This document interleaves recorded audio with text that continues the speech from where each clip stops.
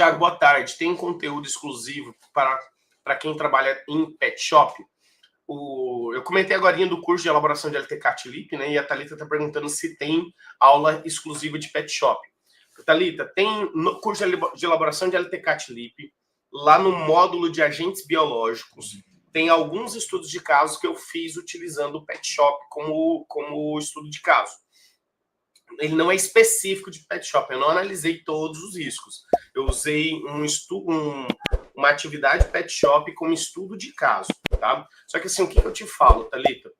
Nesse curso de elaboração de LTCAT LIP, você assistindo, aprendendo a fazer um enquadramento de todos os agentes, cara, independente da empresa que você for prestar serviço, você vai saber fazer um enquadramento, vai saber analisar. E havendo dúvidas, a gente tem grupo Tira Dúvidas no WhatsApp.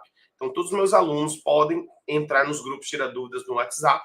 Entra lá no grupo, faz a pergunta, que eu ou alguém da minha equipe, nós sempre respondemos os grupos lá. Pelo menos uma vez por dia, de segunda a sexta-feira, né? Somente sábado, finais de semana e feriados que eu não respondo, que eu sou ser humano também, né? Preciso descansar. Mas de segunda a sexta-feira, no mínimo uma vez por dia, eu respondo os alunos. Normalmente eu respondo de manhã cedo, né? A primeira coisa que eu faço é responder os alunos nos grupos Tira Dúvidas no WhatsApp. Então, assisti uma aula, ficou com dúvida no enquadramento, como que é feito o enquadramento, pode ir lá no grupo perguntar, que a gente direciona os alunos, tá, ô Thalita? Então, fica a dica, aproveita Black November, tá valendo a pena, tá? Deixa eu aproveitar aqui, deixa eu já ler a dúvida do Leonardo aqui no Instagram. Leonardo perguntou aqui, ó.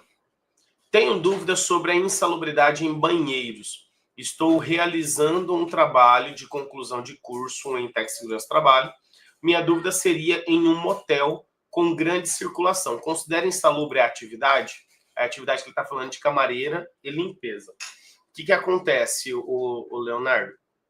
Eu acredito que você esteja se referindo a agente biológico, né? Porque, assim, quando a gente vai analisar insalubridade, não existe insalubridade por função. A insalubridade é por risco. Então, você tem que saber quais são os riscos que esse trabalhador está exposto para você saber se é insalubre ou não. Então, no caso de uma camareira ou um auxiliar de limpeza, por exemplo, você tem que verificar. Tem exposição a agentes físicos, químicos, biológicos? Se físico, qual físico? Se químico, qual químico? Né? Então, existem alguns agentes que podem ser ensejador, sim, de insalubridade. Tá? O camareiro, o homem da limpeza, passa roupa, né? Passa roupa de cama antes de colocar lá, né? Se passar roupa tem exposição a calor, cara, dependendo como é que for. Então, assim, você tem que analisar todos os riscos, tá?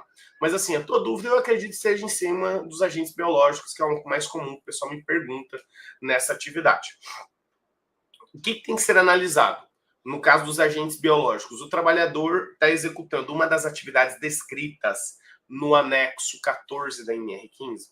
Então, você tem que ler todas as atividades descritas no anexo 14 da NR15 e verificar se o trabalhador está executando do jeito que está escrito no anexo 14.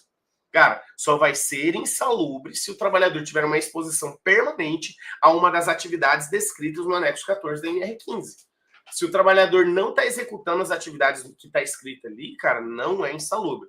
Mas tem exposição a biológico. Não interessa. Só vai ser insalubre se estiver executando uma das atividades do anexo 14. Ok? Então, toma bastante cuidado com isso, tá?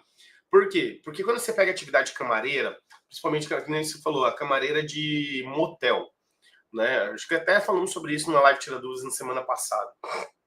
Né? Atividade camareira de motel.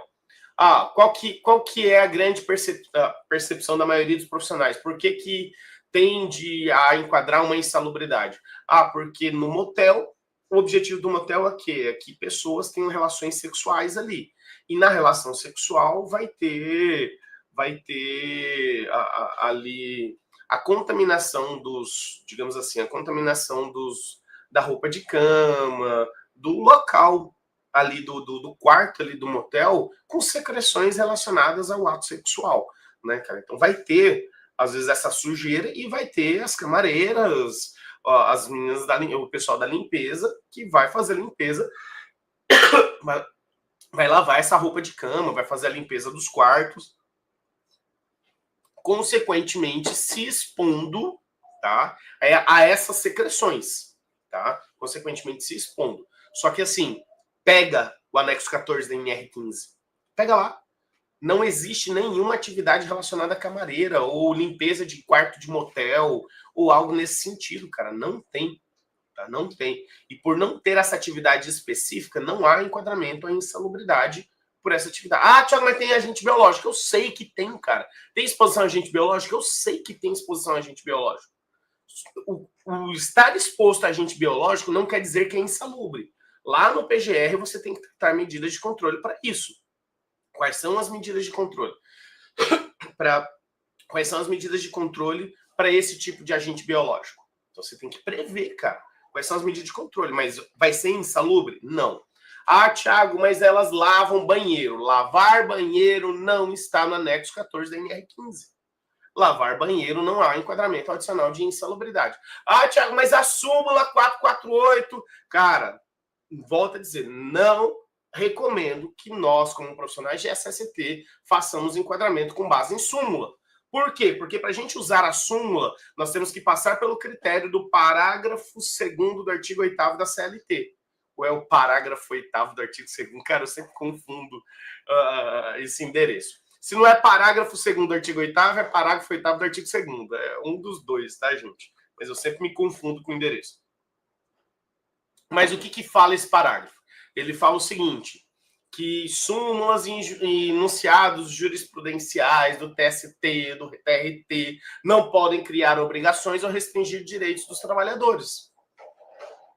Com base em que eu, engenheiro de segurança do trabalho, técnico, médico do trabalho, profissional do SESMIT em geral, temos condições técnicas de dizer que uma súmula ou jurisprudência criou uma obrigação ou deixou de cumprir um direito do trabalhador.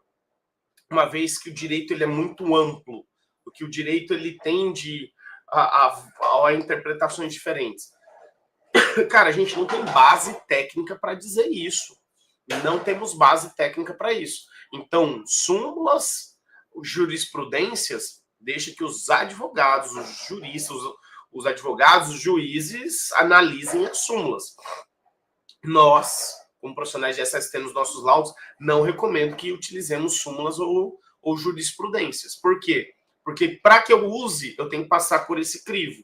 Né? A maioria dos profissionais não passam por esse crivo da CLT. Volto a dizer, nós não temos conhecimento técnico para fazer esse tipo de análise. Isso cabe aos advogados, aos juristas em si. Ok? Então não utiliza, que nem você colocou, a grande circulação. Esse negócio de grande circulação está na súmula, cara. Tá? Então não enquadra com base em súmula. Olha lá, anexo 14 da NR15, não tem limpeza de motel, algo similares, não tem limpeza de banheiro, não tem. O que nós temos? Coleta de lixo urbano.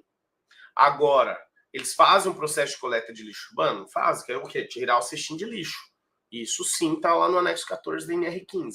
Agora, a exposição do trabalhador é permanente ao processo de coleta de lixo urbano? Se sim, é insalubre de grau máximo. Se não, não é insalubre. Agora, o que eu também recomendo é sempre orientar o cliente. Olha, cliente, sei lá, por algum motivo enquadrou ou não enquadrou no agente biológico. Mas sempre orienta o cliente. Porém, cliente, existe uma súmula, essa súmula dá enquadramento para o processo de limpeza de banheiros, de grande circulação, parará, e isso pode haver um enquadramento para você. Então, a recomendação é procure um advogado, para que o advogado passe um parecer do que fazer nesse caso. Se a empresa deve ou não deve enquadrar com base na súmula. Beleza, Leonardo? Então, esse aí é o direcionamento, cara. Analise os riscos. Tá? Não foca só nos agentes biológicos, porque tem outros riscos que pode haver enquadramento, tá? Principalmente químicos, pode ser que tenha, ou até mesmo físico, né? É difícil ter, mas às vezes tem uma máquina de ceradeira, de cerar piso, que às vezes gera vibração e ruído, às vezes passar roupa gera exposição ao calor, né? Às vezes tem outras atividades que podem gerar agentes físicos, químico também, né? Às vezes não é porque é material de limpeza, domiciliário, que não pode ser insalubre. Você tem que analisar para verificar se há enquadramento ou não. E também os biológicos, tá? E o biológico toma cuidado, porque a única atividade que pode enquadrar como insalubre é coleta de lixo, mas você tem que evidenciar a exposição permanente. Ok?